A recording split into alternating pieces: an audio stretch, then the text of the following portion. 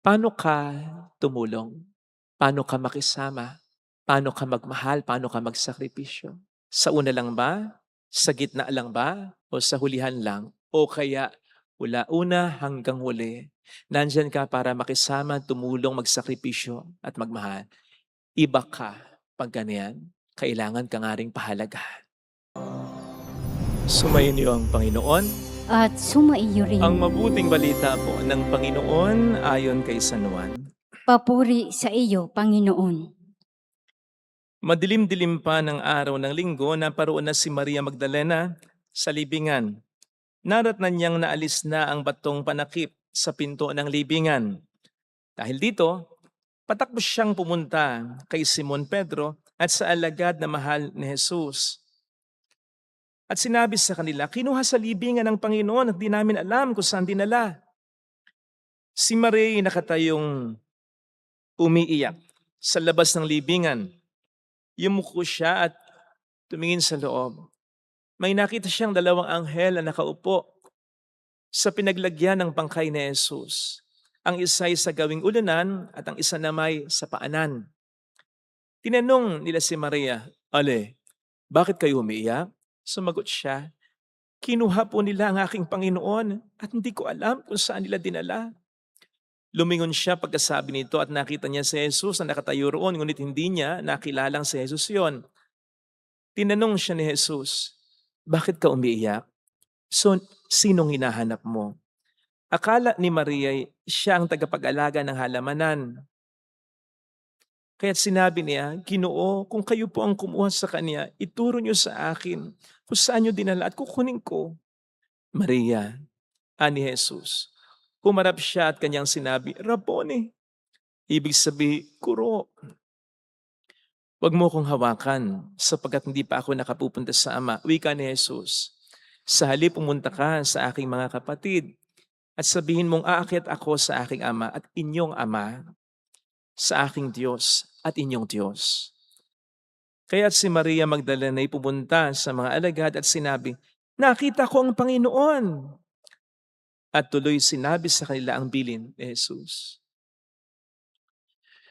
Mga kapatid, ang mabuting balita ng Panginoon. Pinupuri ka namin, Panginoong Hesukristo. Paano ka tumulong? Paano ka makisama? Paano ka magmahal? Paano ka magsakripisyo? Sa una lang ba? Sa gitna lang ba? O sa hulihan lang? O kaya mula una hanggang huli, nandyan ka para makisama, tumulong, magsakripisyo at magmahal. Iba ka pag ganyan. Kailangan ka nga ring pahalagahan. People come and go. Alam natin yan. Ramdam natin ang katotohanan yan sa buhay. May mga taong kasama o kaibigan natin noon, hindi na ngayon. Ngayon, kahit paramdam lang sa pamamagitan ng text or missed call, wala eh. Ganon talaga ang buhay. As a matter of fact, kahit yung mga kaibigan kasama natin ngayon, wala pa rin kasiguraduhan na mananatili silang nandyan para sa atin habang tayo o sila ay nabubuhay sa mundong ito. Sapagkat paano kung mapagod na sila, kung ma-disappoint natin sila, paano kung makakita sila ng iba, paano kung magsawa na sila, may magagawa ba tayo kung ayaw na nila? Kaya pahalagahan po natin ang mga taong sa simula at hanggang ngayon, hanggang sa huli, ay nandyan para sa atin. Kasi ibang makisama yan, ibang tumulong yan, ibang magsakripisyo, ibang magmahal yan. Ganyan po si Maria Magdalena. Na nang simulang sumunod kay Jesus, hindi na lumisan. Nang simulang kumapit kay Jesus, hindi na bumitaw.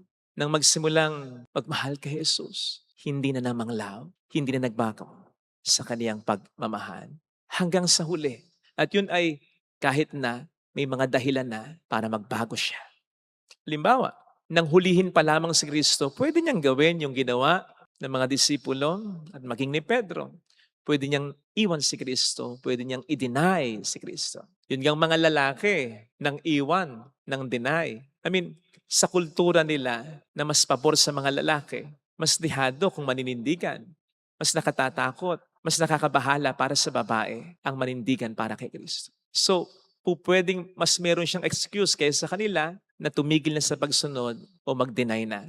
Ikalawa, nang ipako si Jesus sa krus. Pwedeng wala na siya doon? O kung magluluksa siya, pwedeng sa bahay na lang nila.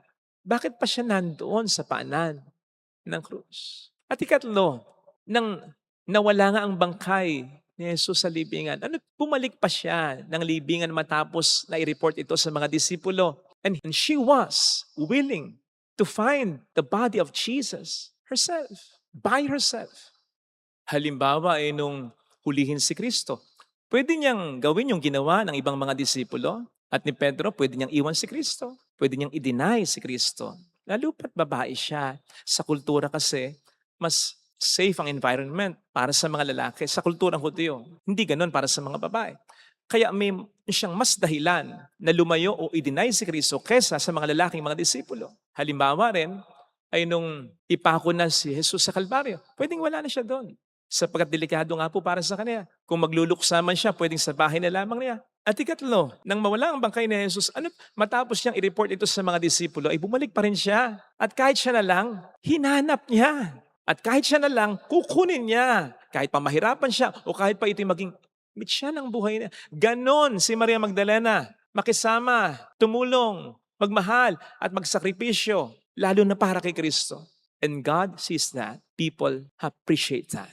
No wonder, sa kanya ibinigay ng Diyos ang napaka-espesyal na pribilehiyo na maging saksi and therefore maging tagapagpahayag ng muling pagkabuhay ni Kristo. Imagine that. Yung good news sa lahat ng mga good news, the resurrection of Christ, siya ang unang naka-witness at siya ang unang nakapagbalita.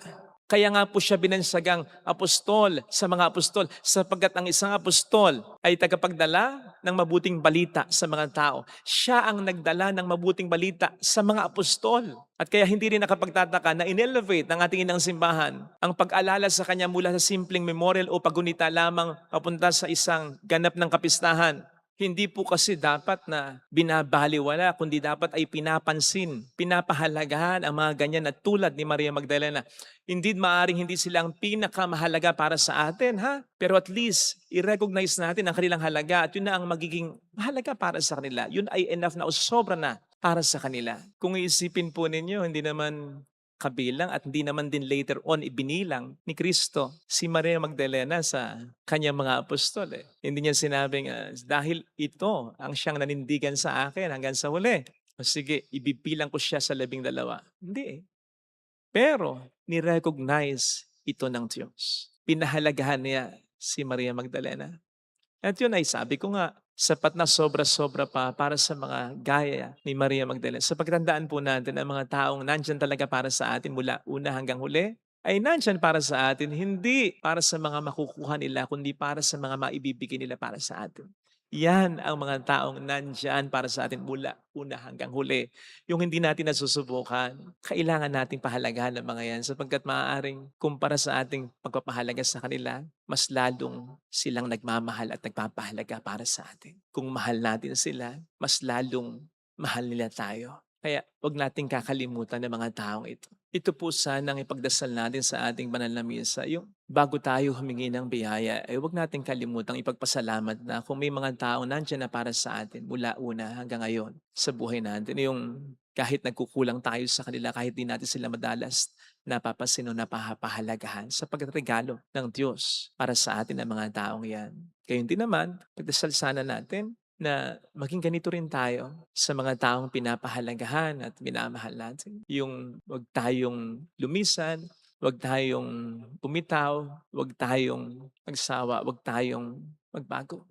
Mahirap naman talaga kasing maging regalo. Kaya wag sana tayong mapagod na maging regalo para sa mga taong ito. Patunayan natin na sa ating pakikisama, sa ating pagmamahal, pagsakripisyo, pagtulong ay iba tayo. Iba tayo sa iba na sa simula lang, sa gitna lang, o sa hulihan lang. And again, I assure you, nakikita ng Diyos yan. At di man nakikita ngayon, makikita at makikita rin ng tao yan. Amen. Lagay natin ng ating kanang kamay sa tapat ng ating puso.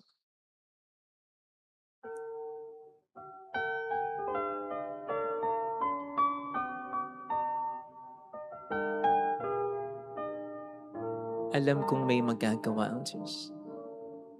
Alam kong may magagawa Makapangyarihan siya. ang Diyos. Alam kong may magagawa ang Diyos. Alam kong may Walang imposible sa Kanya. Kung ako'y magtatapat, Kung ako'y magtatapat sa Kanya'y maglilingkod, sa Kanya'y maglilingkod, alam kong may magagawa ang Diyos. may magagawa Hindi ako magdududa. ang Diyos. Alam kong diringkin ng Diyos ang samo ko, sapagkat anak niya ako. Ng Diyos ang sama. Alam kong diringkin ng Diyos ang samo ko, Alam kong diringkin ng Diyos sapagkat mahal niya ako. Kung ako'y magtatapat, kung ako'y magtatapat sa Kanya'y maglilingkod, sa Kanya'y maglilingkod. alam kong diringkin ng Diyos ang samo ko. Pumikit tayo. Panginoon, nagpapasalamat po kami para sa mga taong simula pa lamang ay nandyan na. Hindi lumilisan, hindi bumibitaw, hindi nagbabago. Pasensya na po sa mga pagkakataon na napapawalang halaga namin sila. Hindi namin napapansin, hindi namin napapasalamatan. Minsan, nasasaktan pa namin ang kalooban. Patawad, Panginoon. Tunay ngang regalo mo sa amin ang mga taong ito.